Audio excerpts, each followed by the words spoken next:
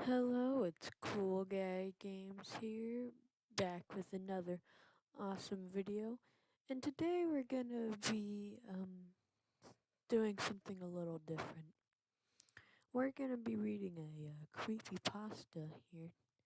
And now I just want to give a little disclaimer. This is not in any way my story. This is someone else's that I really liked. So I'm also not gonna say any cuss words because demonetization.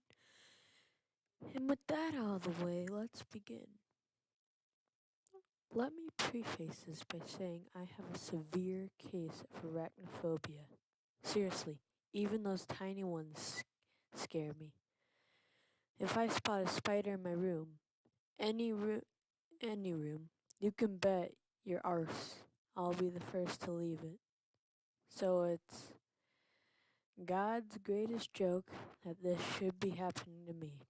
The guy who regularly dissolves into tears over a daddy long legs in a sink. Just a few days back, I ran into a friend of mine on my way to the corner shop, so naturally, I was forced to stop and make small talk. When I glanced down at my feet whilst walking, whilst racking my brain for an excuse to leave, I saw these long, hairy legs sticking out from under my reed back, twitching meekly. Now, when I say those legs were long, I don't mean, hey, that spider's got pretty long legs. I mean, look at how long that spider's legs are. Long. I'm not exaggerating when I say its leg span could easily have covered a small car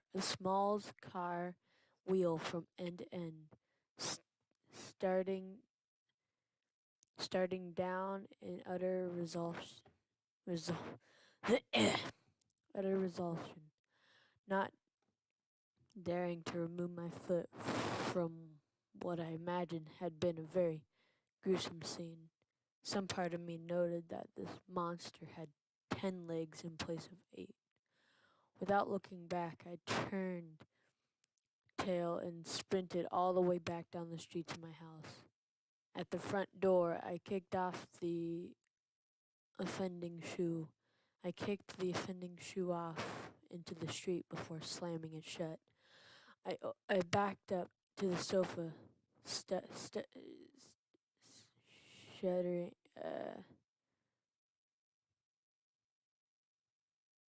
Man, I cannot read. Well, anyway, this is just an experiment, so leave a like if you like it, but shuddering as phantom spiders crawled under my shirt. The rest of that evening was spent on my laptop trying to find the species that the spider belonged to, whilst simultaneously avoiding the images tab. I had seen enough spiders already, thanks. I have expected my efforts uncovered as expected my efforts uncovered nothing. And so I returned to bed for the night feeling very confused and very uncomfortable. Now, I also have arachnophobia. And, I probably should say this, at the end or the beginning, but you know what? Who cares about immersion? Am I right, guys? Mm.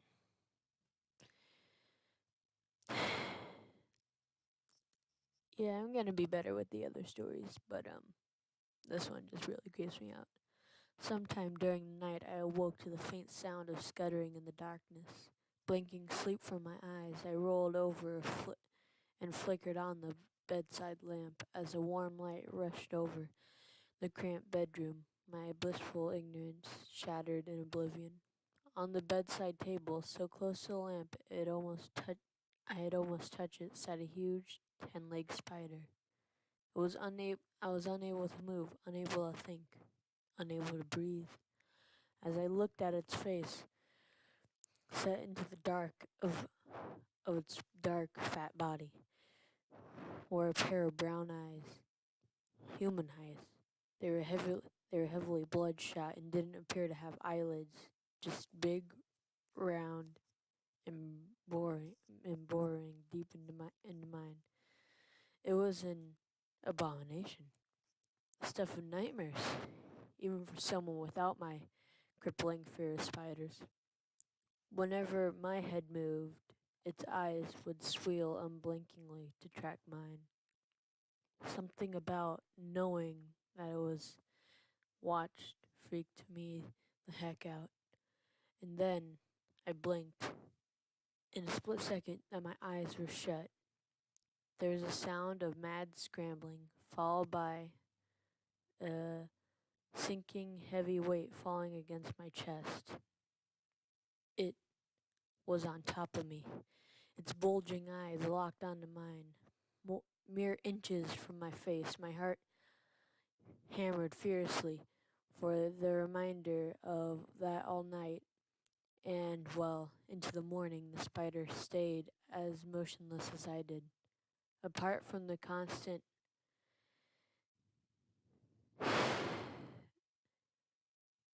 oh poop, oh poop, oh poop. I'm gonna have to come up with it. Running through my mind, I only had two unique thoughts the entire time.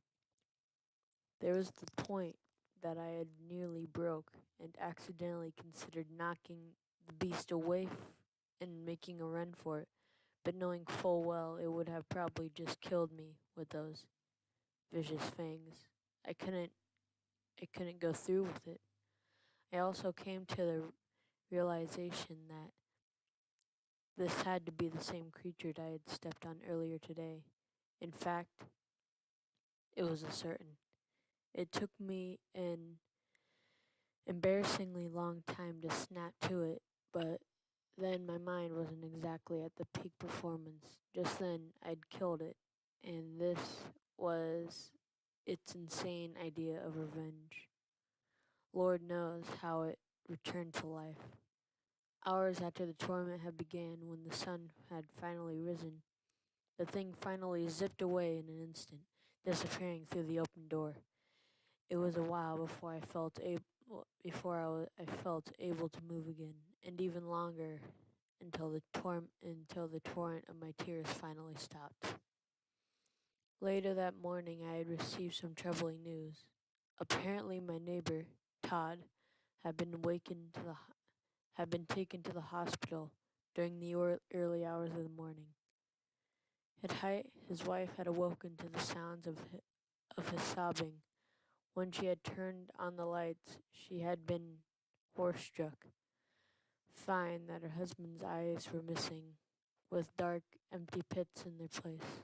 I can only imagine what it must feel like to open your eyes but see nothing. That poor guy. I have an appointment with my therapist tonight. I'll be paying through the noise for paying through the noise for him to convince me that this didn't happen. Money well spent, if you ask me. So here's my advice to you. If anyone ever needs you to kill a spider, then by all means, rid the world of as many as you can. You'd be doing many of us a huge favor. Trust me. But for your own sake, you might want to count the legs before you do it.